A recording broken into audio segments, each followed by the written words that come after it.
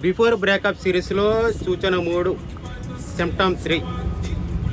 Symptom 3లో నీ పిల్ల third పర్సన్తో రిలేషన్షిప్ పెట్టుకున్న తర్వాత నీ కాల్స్ రావడం, మెసేజ్ రావడం తగ్గిపోతాయి.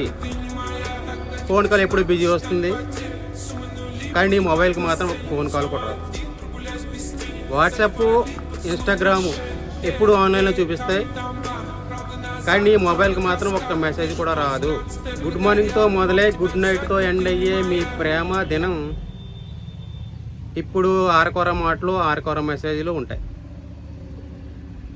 ఎందుకు ఎప్పుడు మొబైల్ బిజీ వస్తుంది, ఎప్పుడు ఆన్లైన్లో ఎందుకు ఉంటున్నావు అని నువ్వు అడిగావు అనుకో, మా అన్నయ్యతో మాట్లాడుతున్నాను, మా అమ్మతో మాట్లాడుతున్నాను, మా నాన్నతో మాట్లాడుతున్నాను, లేక మా చిన్నమ్మలతో మాట్లాడుతున్నాను, మా చెల్లి వాళ్ళతో మాట్లాడుతున్నాను, నా ఫ్రెండ్స్తో మాట్లాడుతున్నాను అని చెప్తారు. లేదా ఆఫీసులో వర్క్ బిజీగా ఉంది, కాలేజీలో క్లాసెస్ ఎక్కువ ఉన్నాయి, ఇంటి దగ్గర పని ఎక్కువ ఉంది అని చెప్తుంటావు. ఎప్పుడైతే నువ్వు ప్రేమించిన పిల్ల నోట ఈ మాటలు అయితే వచ్చాయో అప్పుడే నీకు అర్థమైపోవాలి థర్డ్ పర్సన్ ఆడు కాదు నువ్వు అని. సిమ్టమ్ 4 గురించి నెక్స్ట్ వీడియోలో మాట్లాడుకుందాం, ఓకేనా? అంతవరకు సెలవు, బాయ్.